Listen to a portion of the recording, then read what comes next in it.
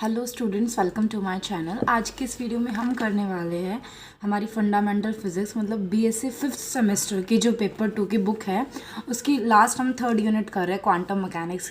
क्योंकि इस यूनिट में 3 ही टॉपिक्स है जो कि बहुत ज़्यादा इंपॉर्टेंट है और तीनों टॉपिक बहुत ही ईजी है, तो अच्छे से समझ आ जाएंगे। तुम्हारी कम से कम एक यूनिट कम्प्लीट हो जाएगी, मतलब 3 टॉपिक्स है, एक यूनिट कम्प्लीट हो जाएगी उसमें। तो देखो इसमें क्या है, चैप्टर का नाम है एप्लीकेशन ऑफ स्कॉटिंजर वेव इक्वेशन। ठीक है, टू वन डायमेंशनल प्रॉब्लम्स। इसमें हम सिर्फ वन डायमेंशनल्स के बारे में पढ़ेंगे। ठीक है, ये क्या है, शॉर्टिंजर्स इक्वेशंस के बारे में हम पढ़ेंगे इसमें। तो देखो ये फर्स्ट टॉपिक है, ये बहुत इंपॉर्टेंट है। इसमें क्या है, free particles in one dimensional box, one dimensional rectangular potential well with reflecting walls of और ऑफ इनफाइनाइट पोटेंशियल हाइट्स। ये टॉपिक है जो कि बहुत ही ज़्यादा इंपॉर्टेंट है, तो इस टॉपिक के बारे में हम पढ़ेंगे। देखो इसमें क्या पढ़ेंगे हम, इसमें पढ़ते हैं हम particle in one dimensional box. इसमें हम क्या पढ़ेंगे, हम पढ़ते हैं एप्लीकेशन ऑफ क्वांटम मैकेनिक्स। हमारी बुक का नाम है particle in one dimensional box. बहुत ही इंपॉर्टेंट टॉपिक और बहुत ही ईजी वे में मैं आपको समझाने की कोशिश करूँगी। देखो इसमें हमारे पास क्या होता है, हमने बोला particle in one dimensional box. हमारे पास एक बॉक्स है, ये एक्स, देखो ये मैंने बॉक्स लिया है, इसकी लेंथ कितनी ली है, इसकी लेंथ ली है मैंने ए। फर्स्ट पॉइंट है जो ये क्या है, एक्स इजकल्स टू 0, और जो सेकंड पॉइंट है बॉक्स का वो एक्स इजकल्स टू ए है। मतलब ये बाउंड्रीज है इसकी। ठीक है, एक्स इजकल्स टू 0 और एक्स इजकल्स टू ए। ठीक है, इसमें हमें क्या पढ़ना है, particle in one dimensional box के बारे में हम पढ़ेंगे। देखो जो पार्टिकल इस बॉक्स के अंदर है और इस बॉक्स के अंदर पार्टिकल ही फ्रीली मूव कर सकता है। मतलब एक्स इजकल्स टू 0 से लेके एक्स इजकल्स टू ए तक क्या कर सकता है, पार्टिकल फ्रीली मूव कर सकता है। लेकिन देखो जो इसके बाहर है, देखो जो इसके अंदर ये पार्टिकल क्या कर सकता है, मूव कर सकता है। तो पोटेंशियल एनर्जी इसके अंदर कितनी होगी, 0। पोटेंशियल एनर्जी किस वजह से होती है, पोटेंशियल एनर्जी जब होती है जब कोई भी पार्टिकल मूव नहीं करता है। ठीक है, बट देखो इसमें देखो पोटेंशियल एनर्जी कितनी हो जाएगी, 0 हो जाएगी। बिकॉज इसमें क्या है, काइनेटिक एनर्जी हमारा काम कर रही है, क्योंकि पार्टिकल यहाँ से वहाँ मूव कर रहा है। ठीक है, और जो ये बॉक्स के बाहर है, बॉक्स के बाहर पोटेंशियल एनर्जी कितनी होगी, बॉक्स के बाहर पोटेंशियल एनर्जी कितनी हो सकती है, देखो बॉक्स के बाहर पोटेंशियल एनर्जी इनफाइनाइट होगी। ठीक है, क्योंकि बॉक्स के बाहर पार्टिकल के ऊपर इतने ज़्यादा फोर्सेस लगे हुए हैं कि पार्टिकल वहाँ पे एग्जिस्ट ही नहीं कर सकता है। ठीक है, इस वजह से उसकी पोटेंशियल एनर्जी बाहर कितनी होगी, इनफाइनाइट पोटेंशियल एनर्जी होगी, और बॉक्स के अंदर उसकी पोटेंशियल एनर्जी कितनी होगी, 0 होगी। सिर्फ ये 2 लाइन आपको समझ आनी चाहिए, पूरे ये जो ये है ये थ्योरम्स है उसी पे डिपेंड करती है। ठीक है, देखो हमारे पास जो ये दोनों वॉल्स है, ये क्या है, इलास्टिक और रिजिड वॉल्स है। ठीक है, रिजिड वॉल्स का क्या मतलब है, अगर पार्टिकल इससे टकरा के आएगा तो एनर्जी उतनी की उतनी रहेगी, एनर्जी में कोई चेंज नहीं होगा कि वॉल से टकरा गया तो एनर्जी कम ज़्यादा होगी, नो, उतनी रहेगी। ठीक है, पोटेंशियल एनर्जी इनसाइड बॉक्स कितनी होगी, 0 होगी, क्योंकि काइनेटिक एनर्जी है वहाँ पे, इस वजह से पोटेंशियल एनर्जी कितनी होगी, 0 होगी। Kinetic energy because of freely move of particle, ये मैंने शॉर्ट्स नोट्स लिख रखे अभी। अब देखो हमारी एक इक्वेशन है, ये इक्वेशन आपको याद रखनी है, टाइम इंडिपेंडेंट स्क्रोडिंजर्स वेव इक्वेशन। ठीक है, टाइम इंडिपेंडेंट स्क्रोडिंजर्स वेव इक्वेशन, ये इक्वेशन आपको याद रखनी है। इसी पे पूरा हमारा जो ये है थ्योरम डिपेंड कर रही है ये। ठीक है, जितना भी हमारी डेरिवेशन है इसी थ्योरम पे डिपेंड करती है। ये क्या होता है, डी स्क्वेयर साइन अपॉन में D X square plus 2m upon में H cut square E minus V psi is equals to 0। देखो हो गई ये इक्वेशन हमारी, कौन सी होगी, टाइम इंडिपेंडेंट स्क्रोडिंजर्स वेव इक्वेशन। पाई यहाँ पे वेव फंक्शन है। ठीक है, एच कट स्क्वेयर का मतलब होता है h बाई में 2 पाई। ये जो हमारी यूनिट फर्स्ट होगी और यूनिट सेकंड होगी उसमें हम यूज़ करते हैं। मैं यूनिट थर्ड इस वजह से करा रही हूँ क्योंकि इसमें सिर्फ 3 टॉपिक है, 3 टॉपिक करके आप 9 मार्क्स का हमारा हो जाएगा। ठीक है, अब देखो ई किसके लिए, एनर्जी के लिए, वी किसके लिए, पोटेंशियल एनर्जी के लिए, और ये जो साइन हमारा क्या है, वेव फंक्शन है। तो यहाँ पे देखो कंडीशंस देखो, अगर पार्टिकल बॉक्स के अंदर है, बॉक्स के अंदर क्या है, मतलब एक्स इक्वल्स टू 0 से लेके एक्स इक्वल्स टू ए से ए तक है, मतलब इसके अंदर अंदर है, तो हमारे पास पोटेंशियल एनर्जी कितनी होगी, 0 होगी। बट अगर वो एक्स से ग्रेटर देन है और 0 से लेस देन है तो हमारी पोटेंशियल एनर्जी कितनी हो जाएगी, इनफाइनाइट होगी। देखो v x is equals to 0, जब एक्स क्या करता है, 0 और ए के बीच में ये रहता है, और वी एक्स इनफाइनाइट होगा जब एक्स क्या हो जाएगा, लेस देन 0 हो जाएगा, और एक्स ग्रेटर देन कितना हो जाएगा, ए से हो जाएगा। क्योंकि हमारे पास एक्स इज इक्वल्स टू 0 और एक्स इज इक्वल्स टू ए है, और पार्टिकल इसके अंदर ही मूव कर रहा है कहीं ना कहीं। ये रीज़न फर्स्ट है, ये रीज़न सेकेंड है और ये रीज़न थर्ड है। ठीक है, यहाँ तक ये बात आपको क्लियर हो गई होगी। ठीक है, अगर आपको कुछ भी डाउट होता है तो आप कमेंट सेक्शन में पूछ सकते हो। अब देखिए ये हो गया हमारे पास। हमने सबसे पहले कौन सा केस करेंगे जिसमें ये वी एक्स की वैल्यू कितनी इनफाइनाइट है, मतलब कौन से में फर्स्ट और थर्ड रीज़न की हम बात कर रहे हैं। हमने जो हमारी इक्वेशन ली थी, इक्वेशन आपको याद रखनी होगी, आप एक दो बार लिख के देखोगे तो आपको याद हो जाएगी। तो कि वी की जगह हमने क्या पुट कर दिया, इनफाइनाइट पुट कर दिया। ठीक है, इसको इक्वेशन नंबर फर्स्ट लिया, इसको सेकंड लिया। इसमें ई माइनस में इनफाइनाइट पुट कर दिया और इसमें क्या पुट कर दिया, इसमें पुट कर दिया is equals to 0 for region second के लिए। अब देखो नाउ इक्वेशन सेकंड देखेंगे हम, ये वाली जिसमें मैंने इनफाइनाइट पुट किया है। देखो ई माइनस इनफाइनाइट का मतलब क्या होगा, माइनस इनफाइनाइट। किसी भी चीज़ में से इनफाइनाइट माइनस करोगे तो तुम क्या बचेगा, इनफाइनाइट बचेगा। अगर तुम इनफाइनाइट में से 10 माइनस करोगे तो कितना बचेगा, इनफाइनाइट ही बचेगा। 100 माइनस करोगे तब भी क्या हो जाएगा, इनफाइनाइट ही बचेगा। ठीक है, तो ये पूरी टर्म क्या हो जाएगी, ये पूरी टर्म हो जाएगी माइनस इन्फिनिटी और ये साइन चलेगा साथ में। ये क्या है, वेव फंक्शन है। अब देखो इस इक्वेशन को अगर हमें सेटिस्फाइड कराना है, ठीक है, ये इस साइड कितना है, 0 है। ठीक है, हमें इस इक्वेशन को क्या कराना है, सेटिस्फाइड कराना है। तो अगर हमें ये और ये भी 0 बनाना पड़ेगा। इनफाइनाइट कभी 0 नहीं हो सकता, तो साइन को क्या होना पड़ेगा, 0 होना पड़ेगा। अगर साइन 0 हो जाएगा, हमारा वेव फंक्शन हो जाएगा, तो क्या होगा, उस रीजन में finding the probability of particle is 0। मतलब कि अगर वेव फंक्शन ही 0 हो गया तो हमारे पास प्रोबेबिलिटी ऑफ पार्टिकल, हम किसी रीजन में प्रोबेबिलिटी ऑफ पार्टिकल को फाइंड आउट करें, वो क्या हो जाएगी, 0 हो जाएगी। ठीक है, मतलब कि जब v is equals to infinite लेके चलते हैं, मतलब बॉक्स के जो बॉक्स है, बॉक्स के बाहर अगर हम पार्टिकल को ढूंढते हैं तो वहाँ पे find the probability of the particle क्या हो जाएगी, 0 हो जाएगी, क्योंकि इनफाइनाइट में कहाँ पाएगा वो पार्टिकल। ठीक है, इतना आपको समझ आ गया होगा। अब हम देखते हैं हमारा रीज़न नंबर सेकंड में, जिसमें वेलोसिटी कितनी हो जाती है, 0, जिसमें काइनेटिक एनर्जी रहती है हमारे पास। देखो सेकेंड रीज़न की बात कर रहे हैं हम यहाँ पे। हमने इक्वेशन ली, ई माइनस वी था और वी की वैल्यू 0 पुट की, तो हमारे पास ये आ जाएगा।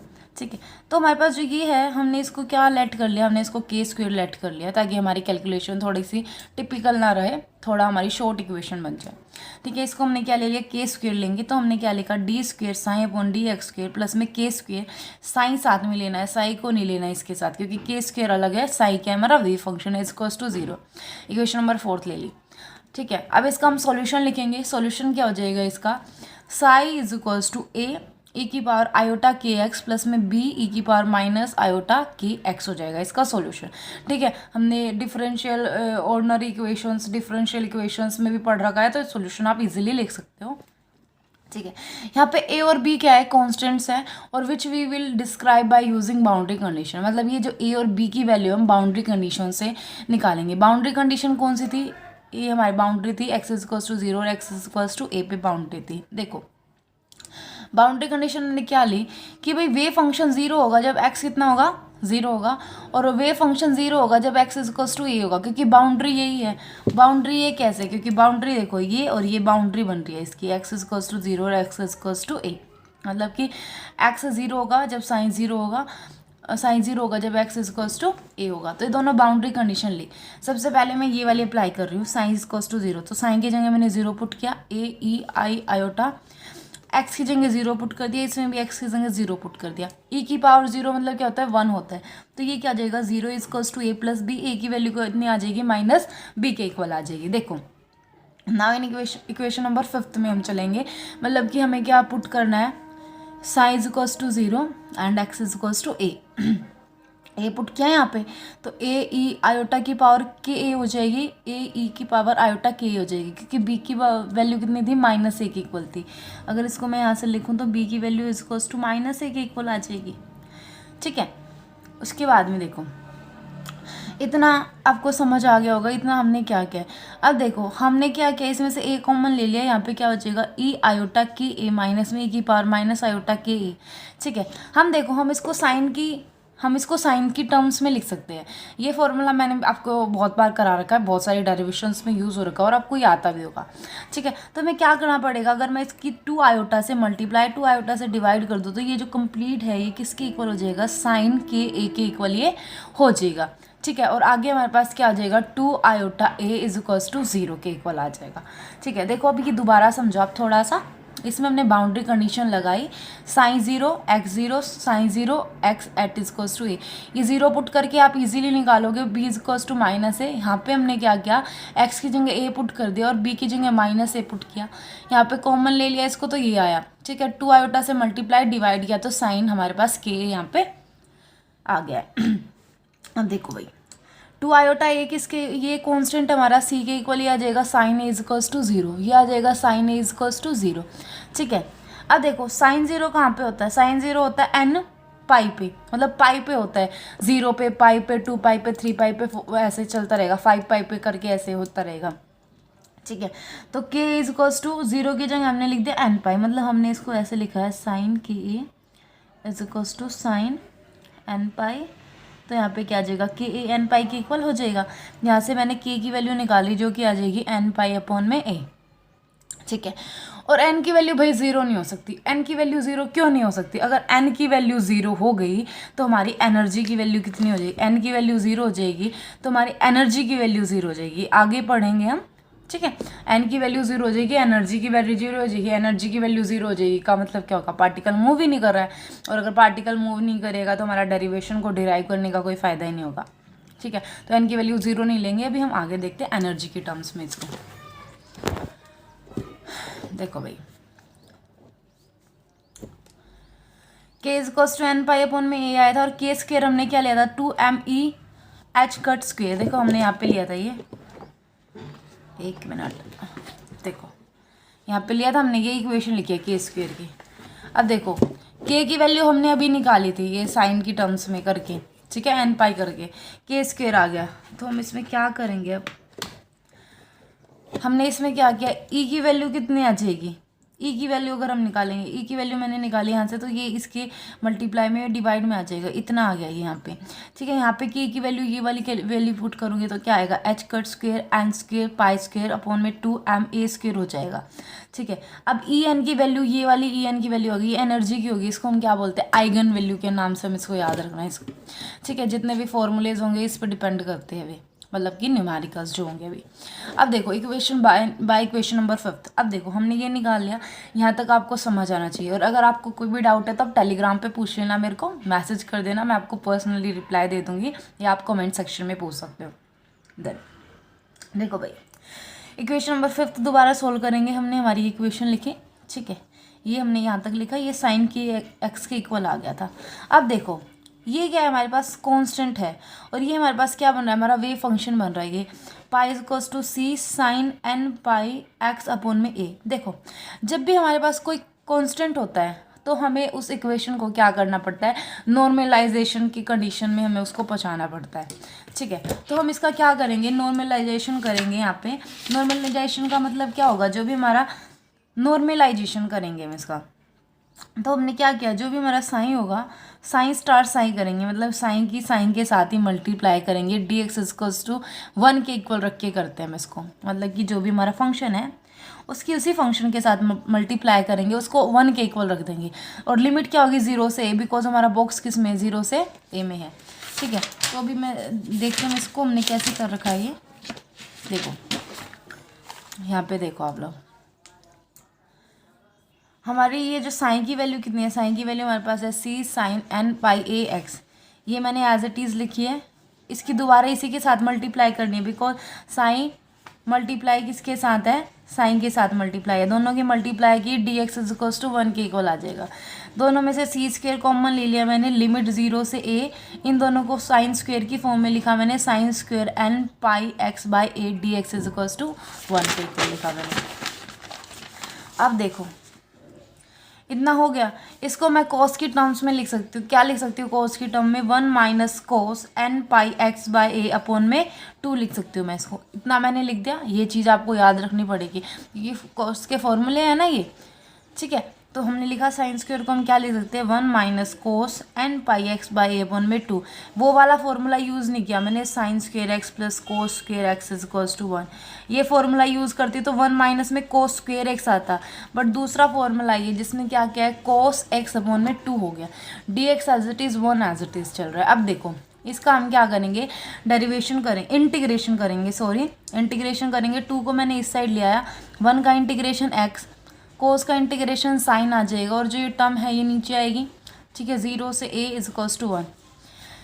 अब x की जगह मैंने a पुट किया, x की जगह मैंने यहाँ पे a पुट किया, ठीक है। इससे ये कैंसिल हो गया तो यहाँ पे क्या बचेगा, a1 minus sine n pi upon में। देखो ये मैंने क्यों नहीं लिखा n पाई, n पाई क्या होता है, साइन n पाई कितना होता है 0। अभी हमने देखा था 0 की जगह हमने n पाई यूज़ किया था, ठीक है। तो 0 हो जाएगा तो यहाँ पे सिर्फ a ही टर्म बचेगी, तो c स्क्वायर की वैल्यू कितनी आ जाएगी, c स्क्वायर की वैल्यू आ जाएगी 2/a। सी स्क्वायर की वैल्यू कितनी आ जाएगी 2/a आ जाएगी हमारे पास में, ठीक है। और c की वैल्यू क्या आ जाएगी √2a आ जाएगी। देखो c की वैल्यू √2/a आ गई, मतलब हमारे पास हमारी कांस्टेंट की वैल्यू हमने निकाल दी। तो हमारे पास क्या आ जाएगा, हमारा जो नॉर्मलाइज्ड फंक्शन आ जाएगा sine n 2/a sine n pi x by में a आ जाएगा, ठीक है। हम n को 0 नहीं ले सकते। अब देखो अगर मैंने यहाँ पे 0 पुट किया तो कंप्लीट टर्म 0, एनर्जी 0 हो जाएगी, एनर्जी 0 हो जाएगी, मतलब पार्टिकल मूव नहीं कर रहा है। इस वजह से n की वैल्यू कभी भी 0 नहीं ले सकते। मतलब कि इसमें ग्राउंड स्टेट पे n की वैल्यू कितनी होगी 1 होगी, क्योंकि n की वैल्यू 0 नहीं हो सकती, n की वैल्यू 0 नहीं हो सकती। देन देखो अब देखो n is equals to 1, n is equals to 2, n is equals to 3।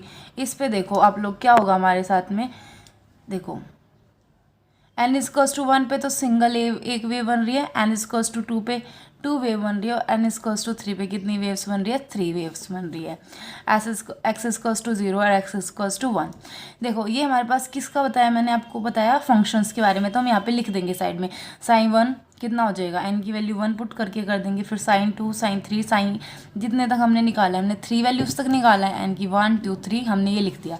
अब देखो एनर्जी का भी ये लिखेंगे, E1 कितना हो जाएगा पाई square h cut square upon में 2ma स्क्वेयर, E2 भी आ जाएगा, E3 भी आ जाएगा, मतलब n की वैल्यू पुट करके करना है, ठीक है। और एनर्जी हमेशा कितनी रहेगी, स्ट्रेट लाइन में चलेगी।